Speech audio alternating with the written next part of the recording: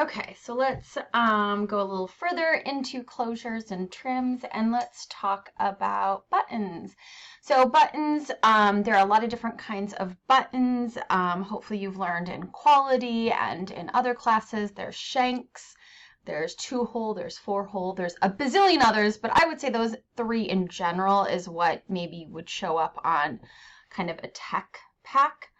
So in general, if you're doing like a shank, so like a shank button is essentially, kind of think of those like bobbly ones that kind of come in. So not like the flat 2-hole, 4-hole buttons that we have. So a shank button, you know, the thing with the shank button, it really is just, it's just that. Or let's say it's like, oh, like little pearls, like, you know, like a shank. That's something that I feel like you guys could probably can envision, like the ones that almost look like little pearls, and they really kind of come off of the garment, you know. So that'd be like a little pearl button.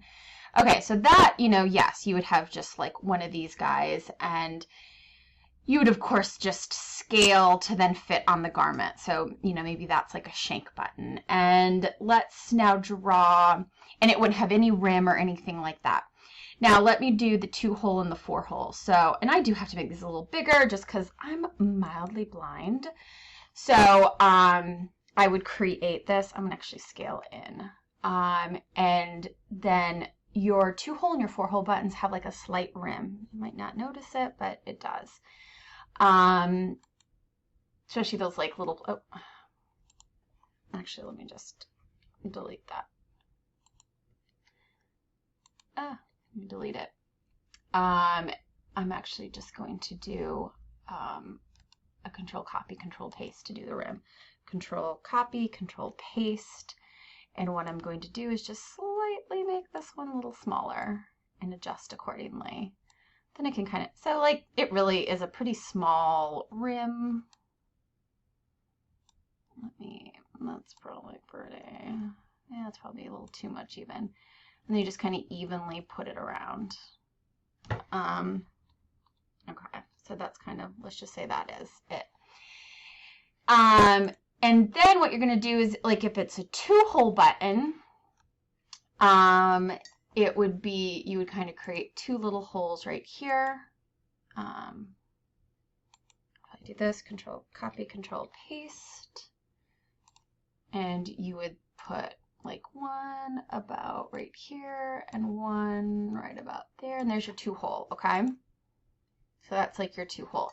And how it would fill is you would fill this like very bottom one, and a lot of times your little 2-hole, 4-hole buttons, they're usually dyed to match, so DTM to whatever your ground color is. So you really would just fill that one thing in. I'm going to take this fill off, and so that's your little 2-hole button. Now, if you're making the 4-hole button, control copy, control paste. The only difference with this is essentially you're creating a 4 holes. And you're probably like, well, so when do I use 2-hole over 4-hole? Okay, again, very general rule. But a lot of times with knit garments, you do 2-hole, woven garments, you use 4 holes. That is a very general rule that's not hard and fast. I would just say you can kind of use it as, you know, as a little, you know, whatever you want to do. So this would be like your little shank button. So let's say it is a little pearl. And, you know, you could fill it in like kind of like an off-whitish. Again, when you kind of fill this, you just can fill the outer rim, and then everything else will just kind of come up. And you really can keep the centers. I would probably either keep, I mean, honestly, you could just have it all be one color because it's going to go on the garment, so you kind of would see the garment color go through. So I'm not going to be picky about what your garment holes, or I'm sorry, your buttonholes look like. Some people tell you to do it in white. Some people tell you to do it in black. You could just do DTM here. And you really don't have to worry about like actually putting the holes and all that, or the thread and all that. So what I will tell you to do is you would make sure that you group all this because you will need to scale it to fit, fit your garment. So you will eventually scale this to have it fit on your garment somewhere. Obviously, it really wouldn't. I mean, it could fit in this dress somewhere, but you know what I'm saying. Okay, so I'm going to do one more tutorial where I'm going to kind of show you some little fancy edging, stitching.